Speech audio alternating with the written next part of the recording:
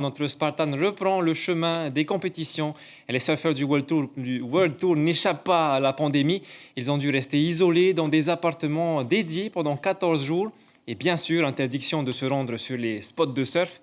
Partez en immersion avec notre Aito et sa famille dans leur périple pour rejoindre l'Australie. C'est un reportage signé Arihoe Tef Afana. Yaorana tout le monde, je vous parle de Sydney en Australie où je passe actuellement une quatorzaine dans un appartement de 2 chambres et on est actuellement le 12e jour. Donc dans 2 jours, on va sortir et pouvoir vivre une vie normale.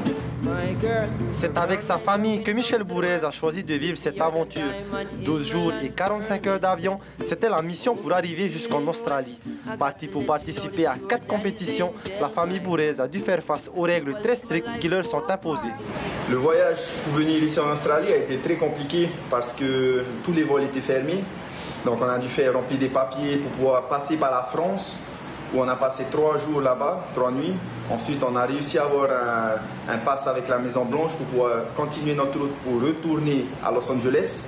Et on a pris un vol de charter avec la WSL pour pouvoir prendre un vol de 15 heures de Los Angeles pour arriver ici à Sydney. Et là, c'est les mutés qui s'entraînent. Confinés dans leur appartement pour 2 semaines, la famille a instauré une routine pour allier vie de famille et vie d'athlète. On a réussi à faire une petite routine en famille. C'est-à-dire que le matin, on se lève, on prend un petit déjeuner, on donne les cours aux enfants pendant 3 heures à peu près. Ensuite, on mange notre déjeuner. Et là, c'est un peu, on va dire, le day off pour les enfants. Ils font ce qu'ils veulent. À partir de 5 heures de l'après-midi, on commence à faire notre sport de 5 à 7. Ensuite, on mange et on va tous au lit vers 9 heures à peu près. Je me suis beaucoup entraîné, même un peu trop, je pense. Beaucoup s'entraîner pour le seul but, atteindre ses objectifs. Mes objectifs cette année sont les mêmes, c'est-à-dire de rentrer dans le top 10 ou voir le top 5 et si possible essayer de gagner une étape du tour, ce serait pas mal. Ensuite, nous avons les JO au Japon cette année qui ont été toujours confirmés, donc il faut se préparer aussi à pouvoir partir et surfer d'autres conditions de ce qu'on a sur le World Tour.